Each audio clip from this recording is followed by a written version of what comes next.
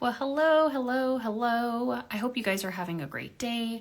I wanted to come on today and talk to you a little bit about my live that I had a few days ago, which was the top 5 things to do, it was the first 5 steps to do to start your business. So today I really wanted to dive more into step 1, which was defining your business idea. And the reason I want to do that is because I do work with a lot of clients that are just getting started. And they may have an idea, but they're not really exactly sure how to go about it. They don't know if it's a good idea. They always want to know, is it a good idea? Should I do it anyways? Where do I get started? So I wanted to kind of talk to you guys about that today. So I have some notes over here. You're going to see me kind of looking over there because I want to make sure I'm not skipping a step. Okay, because it's so important when you're first starting a business to make sure you are going in kind of a step-by-step direction towards launching your business, okay? All right, so first thing is we want to clarify that business concept. So we want to start by brainstorming ideas based on really your passions, your skills, your experiences, your knowledge.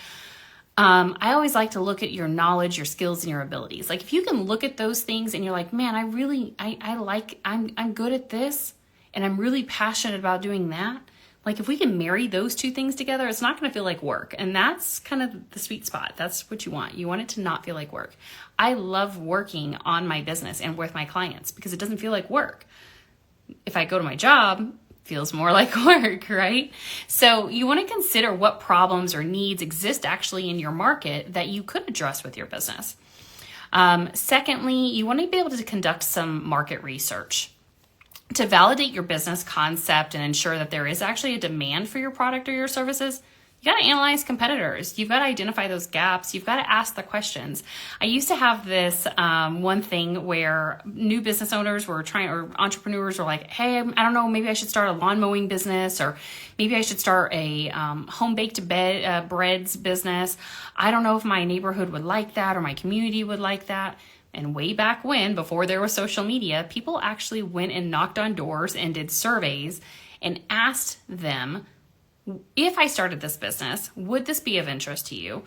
Is there a need for this in your home or your business or wherever it may be, right? If I'm going to start a lawn mowing business, boy, do I want to know if my neighborhood's going to want lawn mowing services. It makes sense, right? So kind of the same thing. Now today, we actually have social media that's so cool that you can just go on your stories. You can post on it. You can DM people on it. Not spammy. You just can ask the questions like, hey, is this of need for you? If I was going to talk about something else, what would it be? Maybe I'm here talking to you today about business, but maybe really all you care about is you want to talk about a book that I've read, right? So I need to know. I need to be able to engage with you guys and talk with you and really survey you to find out what it is that you're wanting. So analyze your competitors, identify the gaps in the market that your business can fill or the idea that you're thinking about, right? The next one is you want to be able to refine your business concept by identifying your niche.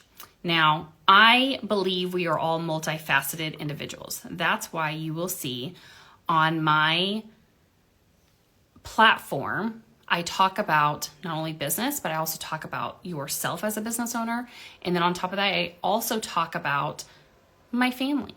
And I talk about where I travel. And I talk about my experiences I've had. Why? Because there's more to me if you're going to work with me or if you're going to know me, that's going to come out. So I might as well just show up as I am and give you everything I got. And that's pretty much why I'm here, right? So those are some of those specific steps, So consider those factors such as pricing, quality, customer service, and even branding. That's all going to be very important when you're clarifying your business concept. The second piece here is identifying your target market. Who is it demographically that you are trying to reach? Conduct kind of a market segment to divide your target market into distinct groups as well. So that would be really helpful for you guys to figure out, hey, what are the common characteristics or the behaviors specifically of my target market that I'm trying to go after. Gather feedback from those potential customers. They're going to tell you. We just talked about that. The surveys, the focus groups, interviews, gain insight specifically into their needs and their preferences. And then the last step is actually crafting your unique value proposition. What's going to make you different? Are you going to be are you going to be specifically sharing your art? Are you going to be selling other people's products? Are you going to be bringing something else to the table that is different? And here's how you can tell. If you're a dentist, or if you're an HVAC person, or if you are a local store, then you are going to want to know specifically what makes you different than the other store down the road.